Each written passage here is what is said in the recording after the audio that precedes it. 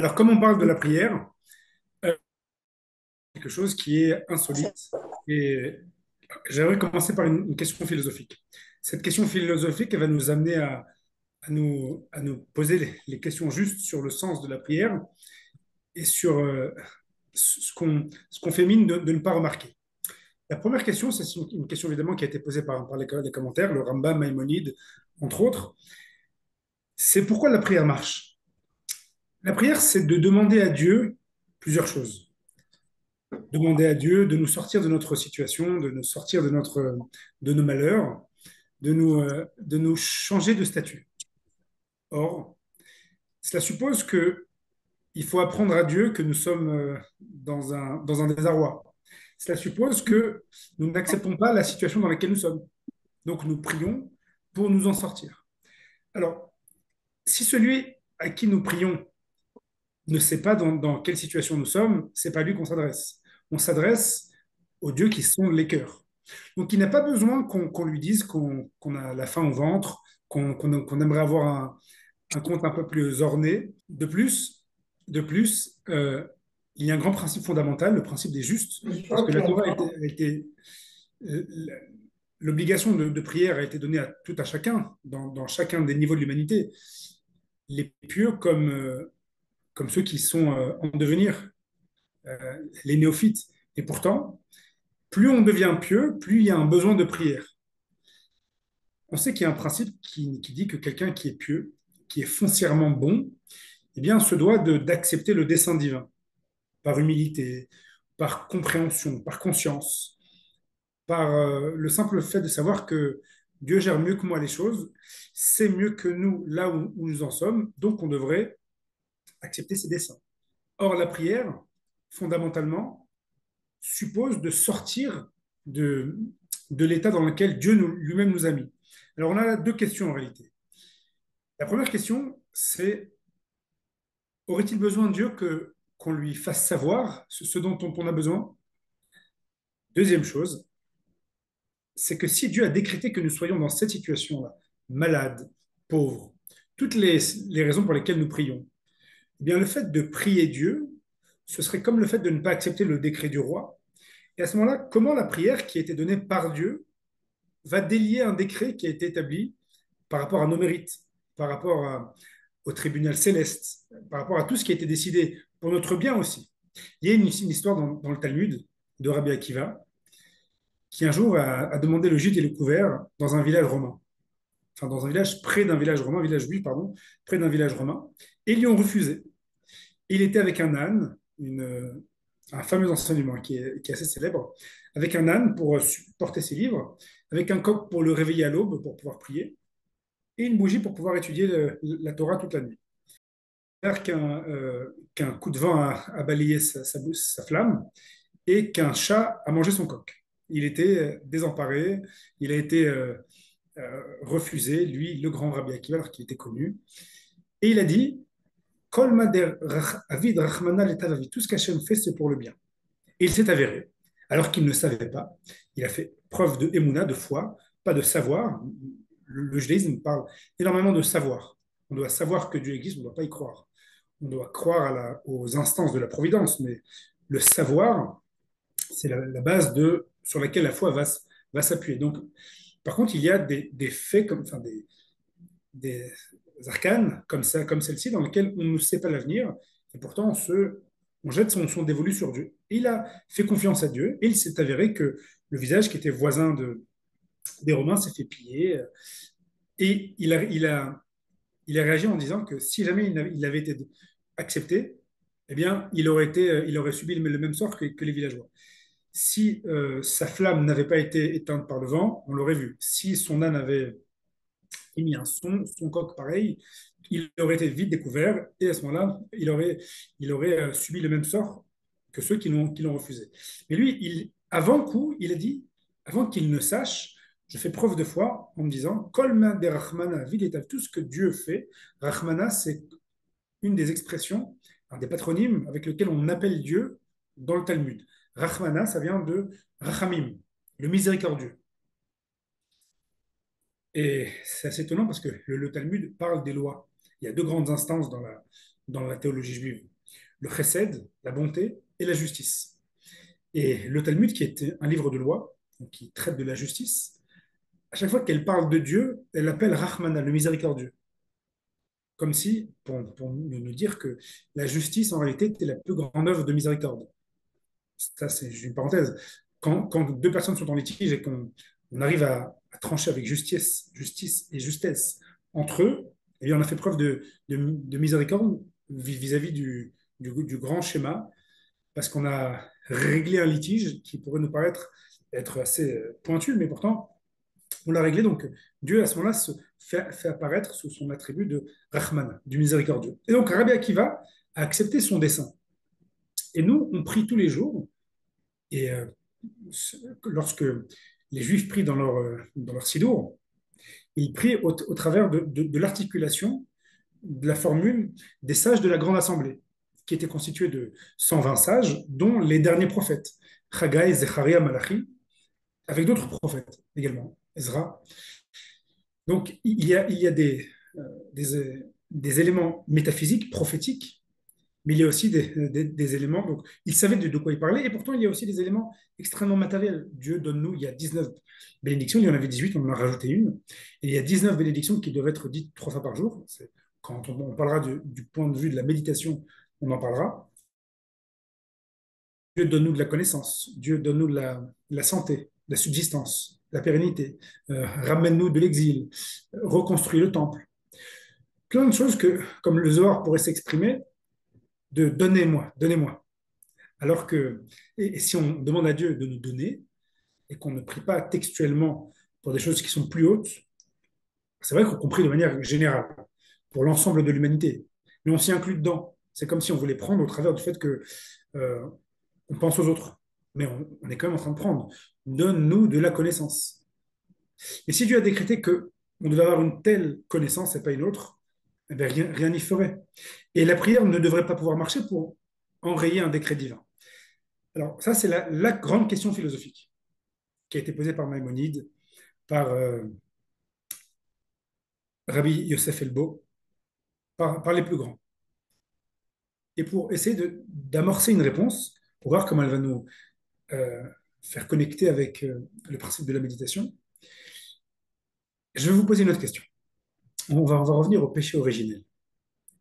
À l'époque où le premier couple a été commandé par Dieu de ne point fauter en respectant 2 commandements. Manger tous les arbres du champ, du jardin qui se trouvait en Éden, et de se garder d'en manger d'un. Alors le serpent vient, parce que c'était un serpent de manière imagée ou concrète, c'est une autre histoire, mais en tout cas, la tentation a suscité l'homme et elle a fait que l'homme s'est rebellé. D'abord la femme, ensuite l'homme, dans la Genèse, se sont rebellés et n'ont pas écouté Dieu. Alors Dieu a puni l'homme. Il a puni l'homme en ça qu'il lui a imposé qu'à la sueur de son front, il mangera de son pain, que la femme enfantera dans la souffrance. Et au serpent, il a dit, toi, tu ramperas et tu te nourriras de la poussière du sol. Alors, si on analyse bien ce qui se passe, une des choses les plus radicales, les plus sensibles pour un être humain, pour un être vivant même, c'est sa subsistance. On va passer 3 heures sans manger, 2 heures sans boire, on peut s'endormir, etc. Mais avant tout, c'est l'alimentation. On peut passer 3 jours euh, sans dormir jusqu'à 3 jours, mais on peut difficilement passer 3 jours sans boire ni manger. Alors pourtant, la chose la plus élémentaire, la subsistance, la nourriture, le serpent l'a eu à profusion. Lui qui s'alimentait comme l'homme, eh bien, il lui a été dit, tu iras manger, à partir de maintenant, tu ramperas sur ton ventre et tu te nourriras de la poussière. Quand on se nourrit de la poussière, on a de la nourriture à profusion, malgré tout. Quelle punition!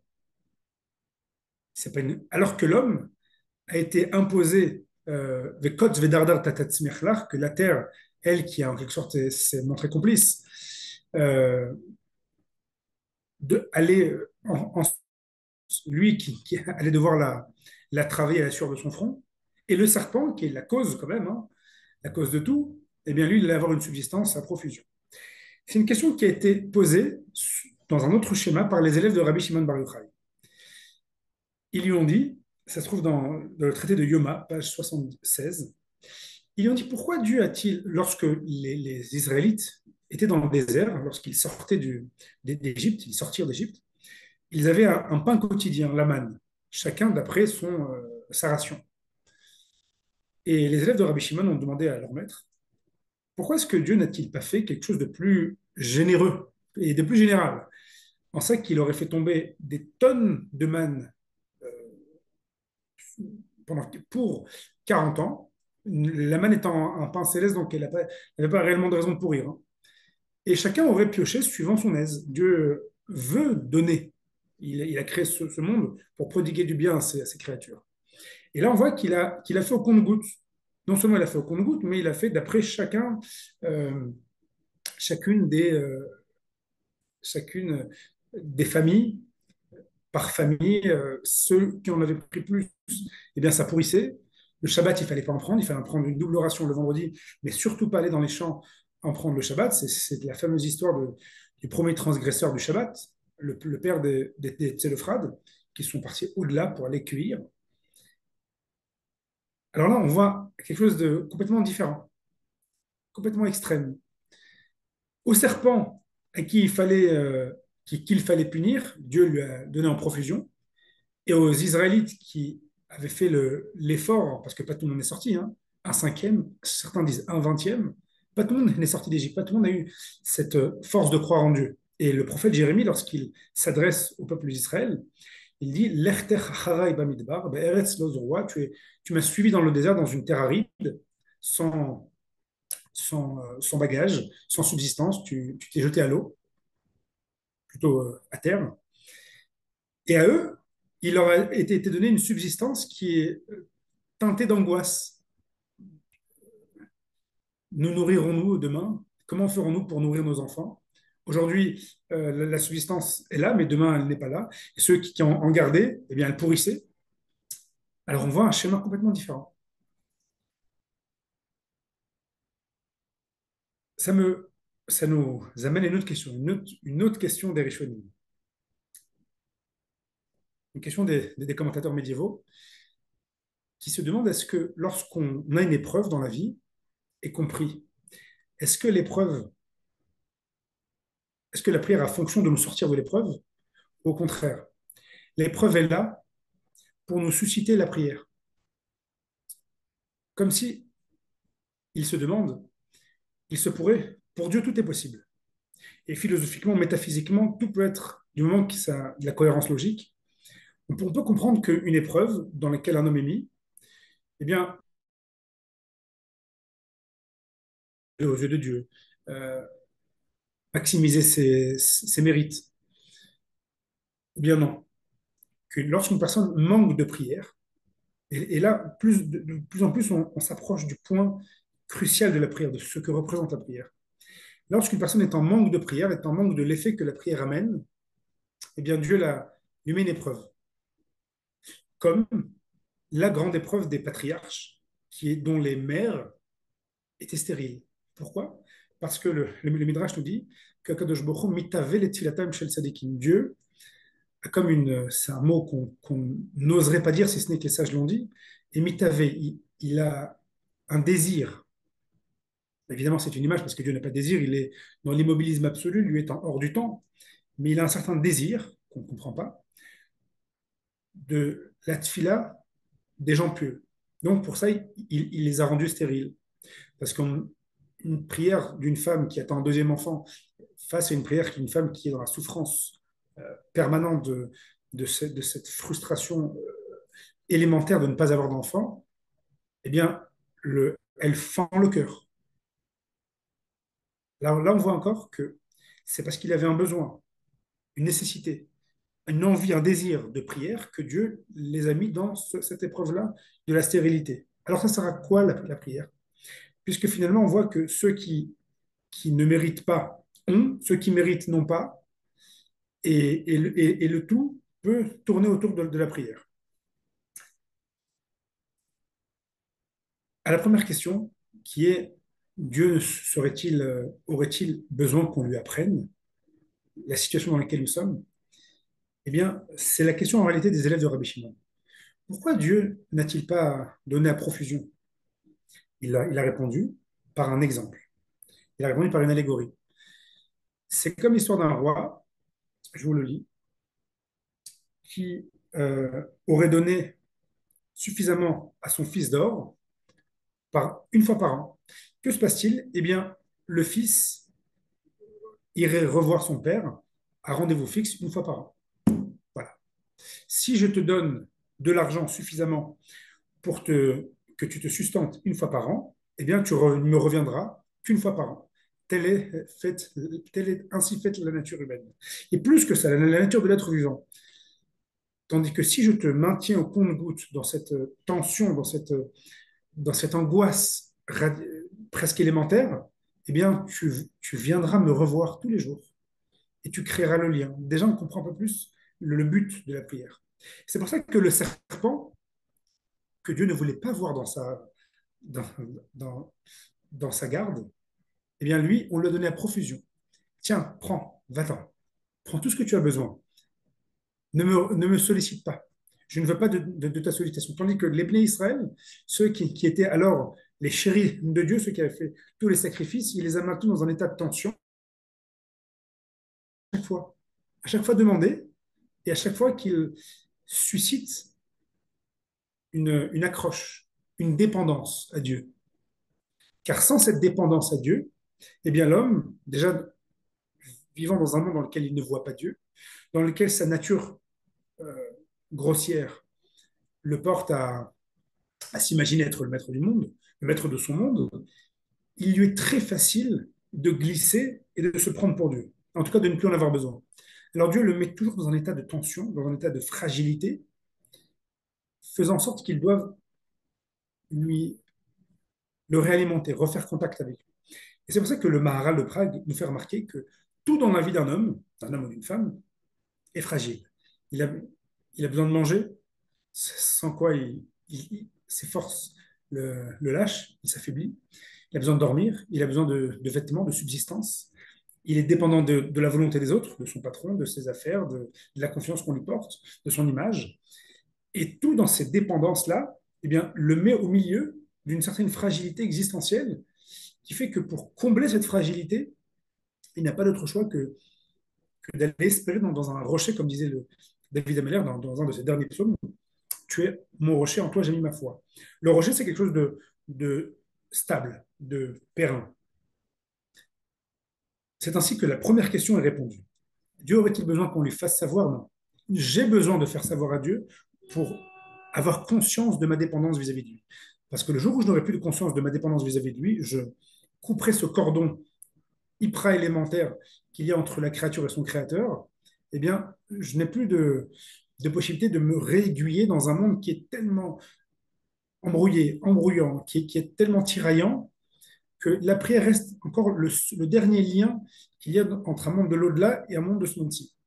Et certains diraient même plus que la Torah, dans le Talmud déjà. Car la Torah reste quelque chose d'intellectuel. L'étude de la Torah des Noachim, l'étude de la Torah des Bnei Israël, ça reste intellectuel. Ça reste. Le cœur ne peut ne pas s'y mettre. Tandis que dans la prière, nous disent les sages, c'est l'indice même du niveau spirituel d'une personne. Quand vous voyez des gens qui ont des grandes barbes et qui ont un pignon sur rue avec beaucoup d'élèves, mais qui prient comme s'ils allaient au marché, en essayant de finir plus vite qu'ils n'ont commencé, eh bien, c'est un indice qu'ils n'ont pas de lien avec la spiritualité, avec l'expérience sensible et sensorielle, sensible de ce que représente la prière. D'où le Rambam qui dit Tefila, en hébreu, l'étymologie de Tefila, ça vient de Petila. Petila, c'est une mèche. Quel rapport? On s'emmèche avec Dieu, on se lie à lui, comme quand on tissait, on enroule une mèche l'une sur l'autre. Si on peut dire ainsi, Dieu est une mèche et nous en sommes une et on s'enroule au travers de la prière pour créer ce lien. Mais ça ne nous répond pas à notre deuxième question. Une question aussi, tout aussi élémentaire. Lorsqu'on demande à Dieu à créer le lien, mais on lui demande des choses. On lui demande de nous sortir de notre misère. Donc on n'accepte pas notre misère. Et pour quelle raison nous sortirait-il de notre misère si il a décrété que notre misère est bonne pour nous? Puisque tout ce que fait le divin est bon pour nous, nous a appris Rabbi Akiva. Donc il n'y a pas de raison qu'on en sorte. Alors là, il y a quelque chose qui est beaucoup plus profond et qui est là qui rejoint la méditation. On va commencer avec un Rambam. Un des plus grands, évidemment, un des plus grands commentateurs médiévaux, c'est le Rambam, mais un des plus célèbres commentateurs du Rambam, c'est Reb Chaim. Reb Chaim de Brisk, c'est le père des Yeshivot, le père de la façon d'étudier talmudique. C'est à lui à qui on doit toute cette floraison, le florilège de Torah et cette profusion, cette compréhension qui est si singulière à la Torah. Lui, dans sa compréhension du Rambam, il a traité sur le Rambam, il lit qu'il y a une contradiction dans le Rambam. Le Rambam Maïmonide, lorsqu'il codifie les lois de la prière, d'un côté, il dit que chacun des mots de la prière doit être fait avec intention, l'intention du cœur. On ne doit pas vaquer son esprit ailleurs. De l'autre, il dit que seule la première bénédiction, celle parce que la tfila est codifiée, elle est formalisée, articulée par le fait de louer Dieu, de demander nos besoins et de remercier. Et une fois que les sages l'ont codifié ainsi, mais ils l'ont appris d'une époque dans laquelle elle n'était même pas codifiée. De sorte à ce qu'à chaque fois qu'on promulgue une prière, qu'on avance une prière, eh bien, les sages nous ont dit qu'il est scié, qu'il est convenable qu'elle s'articule de cette manière-là. C'est ainsi que Moïse l'a articulé. Les sages l'ont déduit de la Bible elle-même. Il a d'abord loué Dieu, il lui a demandé de sauver son peuple et il a remercié, avant même de savoir la réponse. Donc d'abord, on loue Dieu, et en réalité, certains commentaires nous expliquent pourquoi louer Dieu. Je fais une parenthèse, mais qui est très importante. On a l'impression que quand on dit Dieu grand, puissant, fort, bon, Dieu, il n'a pas besoin de ça. Il n'a pas besoin de ça pour la simple et bonne raison que je vous donne un exemple. Lorsqu'il y a un litige dans un couple, une des lois de la Torah, lorsqu'une femme était suspectée d'avoir une relation, d'avoir une infidélité, alors elle était amenée au temple devant le pontife et il lui faisait boire des eaux amères, c'est ce qui est marqué dans la Bible. Et si elle n'avait pas, donc si, ces eaux avaient pour vocation, à l'époque où la providence était dévoilée, de découvrir la vérité. Ça s'est fait devant des millions de témoins, couchés sur papier, dans les textes de la Bible, et ça s'est transmis jusqu'à nos jours. Et on a des gens qui ont vu cela. S'il s'avère que la femme avait trompé son mari, eh bien, alors qu'elle avait menti en quelque sorte, eh bien, littéralement, son intestin se carbonisait, quelque chose comme ça. On ne sait pas exactement comment interpréter la chose, mais elle mourait, passible, époque où ça avait du sens parce que on avait les liens de famille, il y avait il y avait un niveau des gens qui étaient prompts à recevoir les punitions. Aujourd'hui, on n'est même plus dans un niveau à recevoir les punitions tellement que nous sommes quelque sorte bas, mais c'est comme ça. Il n'y a plus de punition. Il n'y a plus de punition parce que nous ne sommes plus au niveau de les avoir. En tout cas, à ce niveau-là, à cette époque-là, lorsqu'il avait ce niveau-là, si la femme avait trépassé, eh bien, c'est ce qui lui arrivait. Par contre, si la femme n'avait pas, elle avait été suspectée à faux, il lui aurait été promis qu'elle aurait des enfants. Si elle avait des garçons, elle aura des sages. Si elle avait des filles, elle aura des garçons. Si elle avait, elle aura des gens, des prophètes. Enfin, euh, toutes sortes de compensations en quelque sorte. Et Dieu dit dans la Torah, vous mettrez mon nom, le tétragramme qu'il est interdit de dire, de prononcer. Vous le mettrez dans ces eaux-là et il s'effacera. Pour que c'est en quelque sorte que la magie opère en quelque sorte.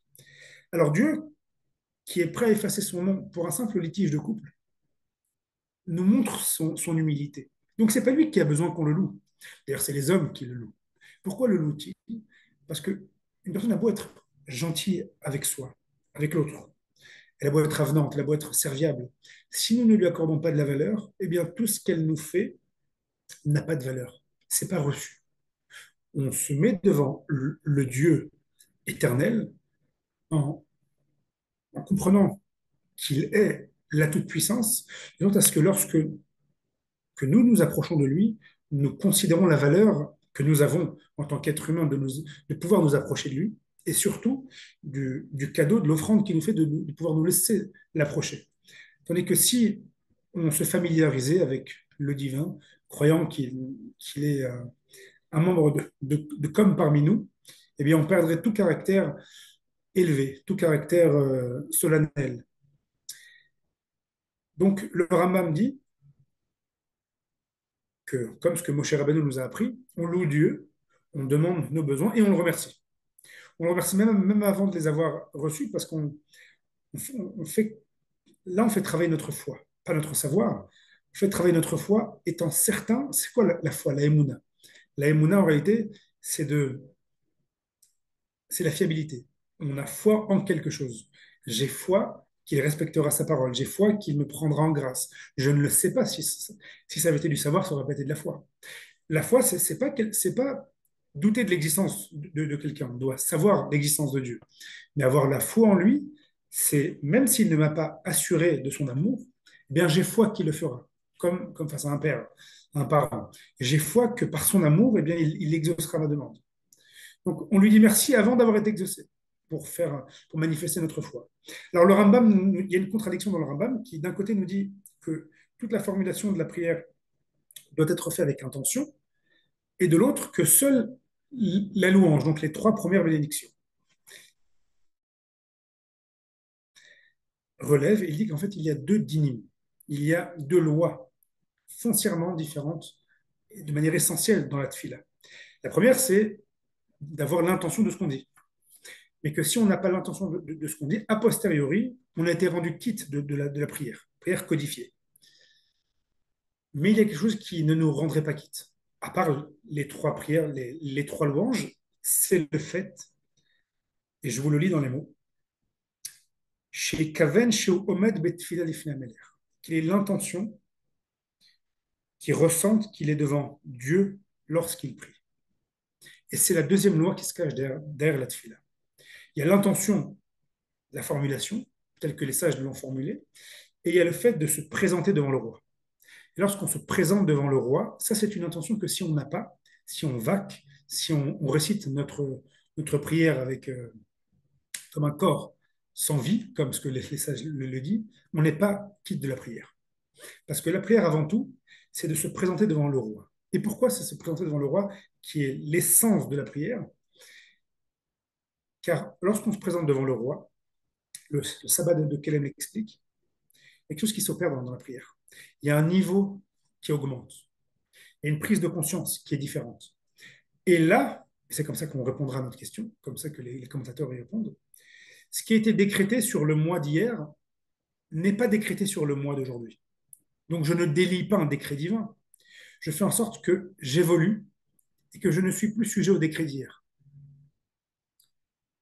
Et ça, c'est lorsque qu'on y met notre cœur et qu'on y vient de manière où tout notre être est happé.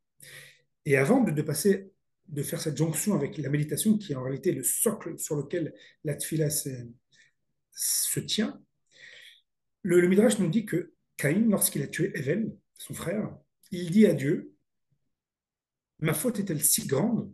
Ça, c'est ce qui est marqué dans la Genèse. Pour être supporté par toi, Dieu, pour que tu m'exemptes. Et les sages ne traduisent pas cette locution comme une question, mais comme une affirmation, comme une prise de conscience. Ils disent que c'est là qu'est niché le secret de la tfila, le secret de la prière, la prise de conscience. Et il traduit cette affirmation, qui pourrait se lire dans le texte comme une question, d'après ce sens-là, mais il y a plusieurs sens, comme si Caïn avait dit à Dieu, ma faute est tellement grande pour que tu te supportes. Donc je comprends mon exil. C'est ça, ils disent qu'il s'agit de la prière. Donc la prière est une prise de conscience. La prière est une prise de conscience, est un état sensoriel dans lequel nous nous présentons devant Dieu. Et lorsqu'on a réuni tout ça, on peut espérer élever de niveau. Normalement, chaque prière devrait élever d'un palier l'homme, qui fait que plus rien n'est décrété sur lui. Car le palier dans lequel il était hier, c'est là que le tribunal céleste divin a décrété qu'il lui arriverait, qu'il, la pauvreté, whatever. Mais dans ce palier aujourd'hui dans lequel il est, ça n'a pas été décrété pour lui. Et la Mishnah nous dit que les premiers chassidim, avant de prier, ils attendaient 1 heure. 1 heure, 1 heure. Alors, parfois, on parle de manière allégorique dans le Talmud, mais je vais vous démontrer que non. Là, c'est extrêmement précis. Ils attendaient pendant 1 heure, ils priaient pendant 1 heure, et ils redescendaient après la prière pendant 1 heure. Et la Gemara dit, mais puisqu'il il faisait ça 3 fois par jour, parce qu'il y a 3 prières quotidiennes par jour, comment avait-il le temps d'étudier? Donc on voit là que puisque les sages ont demandé cette question-là, lorsqu'on parle d'1 heure, c'est 1 heure textuelle, c'est 1 heure précise. Et ils disent que puisqu'ils sont des pieux, des chassidim arishonim, donc leur Torah se gardait en eux-mêmes. Si on fait le compte, qu'est-ce qu'ils faisaient pendant 1 heure? Bon nombre de commentaires nous disent qu'ils méditaient. Ils méditaient pour être prêts à rentrer dans cet état-là qui allait être, dont le point culminant allait être de se présenter devant Dieu. Et il y a un effet d'aller-retour. Nous mettons en préparation, nous nous introduisons devant la lèse-majesté. Une fois que nous sommes devant elle, alors il y a quelque chose qui revient vers nous. Un sentiment, pour ne rester que dans la rationalité, un sentiment d'être empris par cette souveraineté divine. Et lorsqu'on revient dans notre quotidien, eh bien on a évolué, on n'est plus la même. Même si cette prière-là n'est pas textuelle, elle n'est pas été codifiée. Rabbi Nachman de Breslev, qui a rendu public et célèbre les enseignements du Baal Shem Tov, mais pas que, également les siens, où il parlait de parler à Dieu comme étant une prière. Et c'est vrai, car avant que les sages de la Grande Assemblée, suite à la destruction du Second Temple, codifient la prière, il y avait un devoir de prière qui venait de la Torah pour chacun des êtres humains. Et elle se fait de cette manière-là, par contre. Ça, c'est ce qu'on a appris, que pour que la prière sorte son jus, qu'elle apporte ses fruits, il fallait qu'elle soit faite de manière méditative. Au point où les sages attendaient pendant 1 heure et ils priaient pendant 1 heure.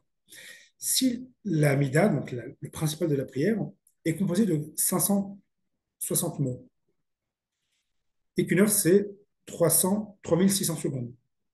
Donc, il y a par mot 7 secondes par mot.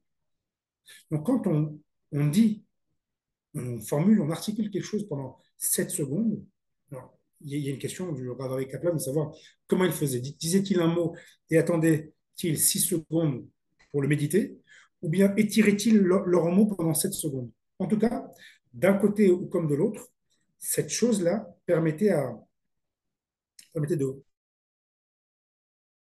nous ce qu'il disait. Et lorsque la prière est répétitive, ce qui a l'air d'être contraire à l'intention très naturelle, très spontanée, eh bien, elle a cette pédagogie éducative de revenir sur les mêmes notions, de les intégrer, comme ce qu'on voit dans les philosophies orientales, avec le mantra, mais comme ce que les sages nous ont déjà présenté au travers des d'Hiroshima, où il y avait une espèce de revenir à soi. On redisait les mêmes mots, on redisait les mêmes patronymes, on intégrait qui était Dieu. Et certains ont dit que lorsqu'un homme n'a pas en quelque sorte la foi suffisante pour prier Dieu, il n'y croit pas de manière aussi vivante, c'est loin de lui. Comment pourrait-il prier avec une telle dévotion? Alors, le Rav Salanter a dit que c'est exactement l'inverse. Au lieu de voir la prière comme étant le résultat de la foi, elle devrait être son prémisse. Je n'ai pas, on vit tous dans un voile corporel, un voile mondain, qui fait qu'on s'éloigne des valeurs essentielles constamment. Et parfois, l'éloignement de ces valeurs essentielles fait que lorsqu'on arrive devant la prière, lorsqu'on a envie de prier, on se retrouve devant un mur, on ne voit pas Dieu, on ne le palpe pas. Alors que c'est l'inverse. C'est par le fait de répéter et de faire l'effort de méditer devant Dieu que là s'intègre en nous le fait d'être devant le roi. Et que cet effet de va-et-vient va faire que nous allons nous concentrer sur nous-mêmes et avoir cette chose de réalité qui n'est pas que chimérique et qui n'est pas que imaginaire, puisqu'il y a une mitzvah qui va être opérée, donc il y a un vent de sainteté qui va être imprégné l'homme. Même pour moi qui est le plus rationnel que je puisse connaître. Et je me dis qu'il y a une certaine, il y a une certaine bénédiction qui va permettre, tel que le Rambam nous le dit, sera mitzvah mitzvah, lorsque qu'on s'attache à faire une mitzvah, Dieu nous donnera les éléments matériels pour la refaire, cette mitzvah. Donc on peut très bien le voir que si une personne prie de manière assez sereine, eh bien Dieu lui donnera la sérénité nécessaire pour le reprier de manière concrète. Et c'est à ce titre-là que le Chovot et Levavot, un des maîtres du Rambam, de Maïmonide, lorsqu'il parle de la prière, il dit des choses assez fortes. Il dit que la prière a pour but, lorsqu'on doit aller à la prière, on doit laisser tout son dévolu mondain et on doit littéralement déshabiller son âme. C'est ces mots. On déshabille son âme de toutes les contingences, des désidératas du monde. Et c'est comme l'état méditatif d'un homme qui il ne prie pas parce qu'il veut faire du business avec Dieu, tel qu'il est habillé avec toutes ses émotions, bien que agréé, prie avec son cœur. Mais lorsqu'il prie avec ce que la prière a pour amener, il n'est pas qu'en train de demander, il est en train de se changer. Et on voit que Hana, dans le Nach, dans la Bible, était la mère de Shmuel. Shmuel, c'était le prophète Samuel, duquel le psalmiste, donc David Ameller, dit Moshe ve Aaron ou Shmuel bekoreshemo. Moshe et Aaron, dans leur génération, étaient au même niveau, réunis, étaient au même niveau que Samuel dans sa génération. C'était sa mère. Et elle, comment elle a eu son fils? Elle était donc, je fais une petite introduction dans l'histoire de Hana, elle était mariée avec Manoach, avec Elkana, pardon. Elle était mariée avec Elkana, et elle avait, donc il avait deux femmes, là où les hommes étaient assez pieux pour pouvoir avoir deux femmes, et que les sages, une fois qu'ils ont compris que les hommes avaient descendu de niveau spirituel, ils ont compris que ce n'était plus pour fonder le monde, mais pour des choses ou des instincts qui seraient trop humains pour être permis. En tout cas, à l'époque où il y avait encore deux femmes, Elkana avait comme femme Pnina et Hana. Pnina avait 9 enfants, Hana n'en avait pas un. Elle était amère, et lorsqu'ils montaient 3 fois par an dans le temple pour amener leurs offrandes, elle priait dans sa barbe en quelque sorte. Et le prophète Élie, comme on dit avec un Aïn, pas Élie de Eliaou, mais Élie, qui était le pontife alors, la voyait prier, amère, rugue, et une fois, 2 fois, et il croyait qu'elle cuvait son vin, parce qu'elle marmonnait. Et jusqu'à ce qu'il lui dit, mais va cuver ton vin ailleurs. Elle lui dit, n'as-tu pas honte de me traiter ainsi, moi, une femme qui n'a pas été agréée par le ciel, qui vient déverser mes angoisses devant Dieu. Il s'excusa et il lui dit, je te bénis. Et c'est de là que son fils, euh, si légendaire, naîtra, Samuel. Pourquoi Élie n'a-t-il pas vu qu'elle était en train de prier? Eh bien, parce qu'à l'époque, on ne priait pas comme ça. Chana, la tfila de Chana, c'est elle qui nous a métamorphosé la tfila. Aujourd'hui, quand on prie avec silence, en silence. À l'époque, on priait avec comme ce que le Rambam dit, le Ramban Nachmanide dit, la tfila était alors pour élever sa voix et prier avec son cœur. Chana a prié pas qu'avec sa tête, de manière intellectuelle, elle a prié avec son intimité. À l'époque, on priait avec son instinct. C'est pas que c'est négatif, mais nous sommes les élèves de Hana plus que les élèves de Élie. Élie n'a pas remarqué que Hana était en train de prier ainsi, puisque à l'époque, comment on priait? On priait avec l'instinct, avec ses émotions, on mettait ses émotions au service de la tfila, et il y avait une certaine logique à ça. Hana a prié dans son amertume en elle. Elle semblait marmonner. Et on a pris cette tfila de la femme. Nous, même les hommes, tout le monde. Car il n'y avait que la femme qui pouvait formaliser cette prière très intime qui allait toucher au fin fond de son âme. D'où le Maharal qui dit que la femme a un plus grand niveau spirituel que l'homme, c'est pour ça que la Torah ne lui a pas été donnée. Elle est plus spirituelle, c'est indéniable. Sans être féministe, même si je le suis, c'est pas grave. C'est indéniable que la femme a un niveau plus sensible que l'homme, qui s'exprime principalement par la prière du fait de sa fragilité, qui a besoin d'être au contact de Dieu. L'homme peut se leurrer par sa force physique et par son impression son impression hautaine d'ego. Hannah nous a fait comprendre, nous a guidés dans le fait de prier de manière intime. Cette prière-là qui va être ensuite utilisée pour aller devant Dieu, pour se présenter à Dieu, pour ensuite créer ce va-et-vient-là, d'être rempli de Dieu à l'intérieur de notre prière. Et le temps me manque, mais j'en ai tellement à dire que je finirai par cette notion-là, cette simple notion qui est évidente de tous et qui est tellement fondamentale. Vous savez que qu'on soit juif ou non juif, noachide, il était dit dans la Torah que nous sommes Adam, l'homme. C'est marqué dans la Gemara même, dans le traité de Baba Kama, page 38, que lorsque le Talmud parle de Adam, il parle des Noachides. Lorsqu'il parle d'Israël, il parle d'Israël. Adam, dans son grand sens, c'est les blés noirs. C'est en hébreu, dans l'ésotérisme juif, les lettres sont des lettres sacrées, par qui le monde a été créé. Et elles donnent des messages dans la langue sainte.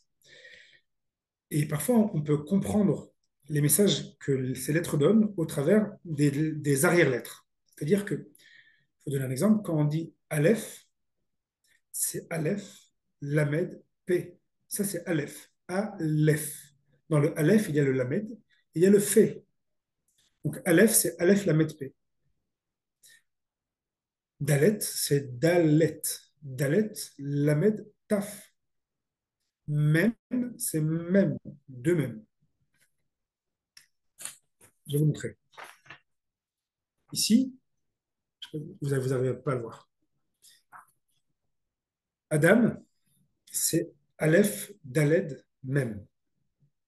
Les lettres arrière de Adam, donc le Lamed et le P.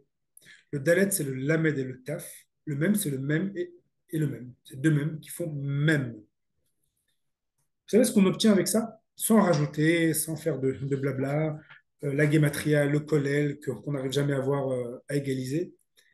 On obtient le mot mitpalel, le priant. Mitpalel.